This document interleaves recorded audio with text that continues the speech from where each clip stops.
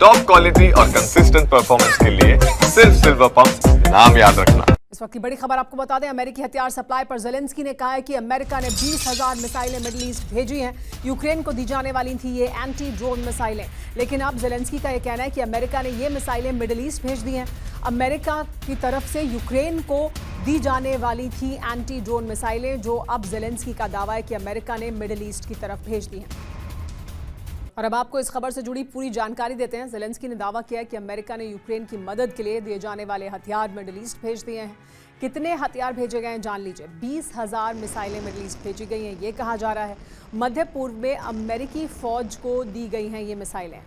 ये किस काम आते हैं ये भी जान लीजिए। रूसी ड्रोन के खिलाफ कारगर है। रूस के शाहिद ड्रोन का जवाब है ये एंटी ड्रोन मिसाइल। इसकी खासियत यह है कि तकनीकी तौर पर बहुत असरदार है।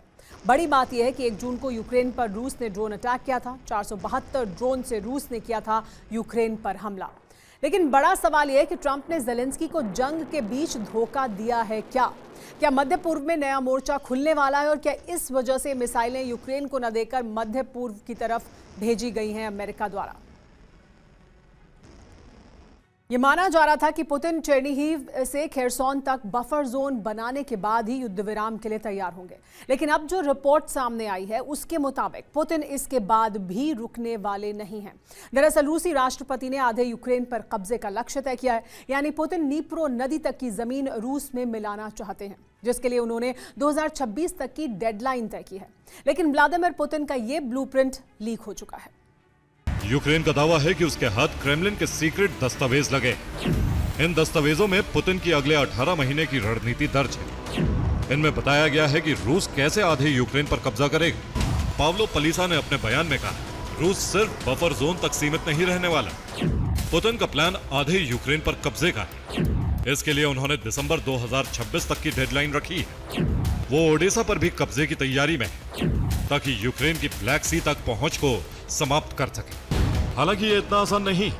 दरअसल यूक्रेन का कुल क्षेत्रफल 6,03,628 वर्ग किलोमीटर। रूस ने कुल 3,34,109 वर्ग किलोमीटर पर कब्जे का लक्ष्य रखा है। फिलहाल रूस के कब्जे में यूक्रेन का 1,11,409 वर्ग किलोमीटर क्षेत्र है, यानी रूस को 18 महीने में 2,22,700 वर्ग किलोमीटर पर कब्जा करना होगा। खार्किव के रादकोवका में रूसी सेना ने कब्जा कर लिया है। वो करीब 36 वर्ग किलोमीटर इलाके पर कब्जा कर चुका है। सूमी के नोवो निकोलाएवका और याब्लोनोव्का पर रूस ने कब्जा कर लिया है। कुल 100 वर्ग किलोमीटर क्षेत्र पर रूस कब्जा कर चुका है। डोनेस्क में रूस किसी भी वक्त कॉन्स्टांटिनोव्का पर कब्जा कर सकता है। ये यूक्रेन के प्रमुख औद्योगिक शहरों में से एक है। कुपियांस्क की ओर रूसी सेना तेजी से बढ़ रही है। ऑस्कोल नदी के पूर्वी तट तक रूसी सेना पहुंच चुकी है। रूस से तेल और गैस खरीदने वाले देशों से आयात पर अमेरिका 500% टैरिफ लगाएगा। अमेरिकी कंपनियों द्वारा रूसी सरकार को लाभ पहुंचाने वाले किसी भी निवेश पर प्रतिबंध होगा। यूएस सिक्योरिटी एक्सचेंज में रूसी संस्थाओं की लिस्टिंग और व्यापार पर प्रतिबंध होगा। रूस के सरकारी और प्राइवेट बैंकों पर प्रतिबंध होगा। पुतिन, उनके मंत्रियों, सैन्य प्रमुखों और रूसी अधिकारियों पर भी प्रतिबंध लगाए जाएंगे।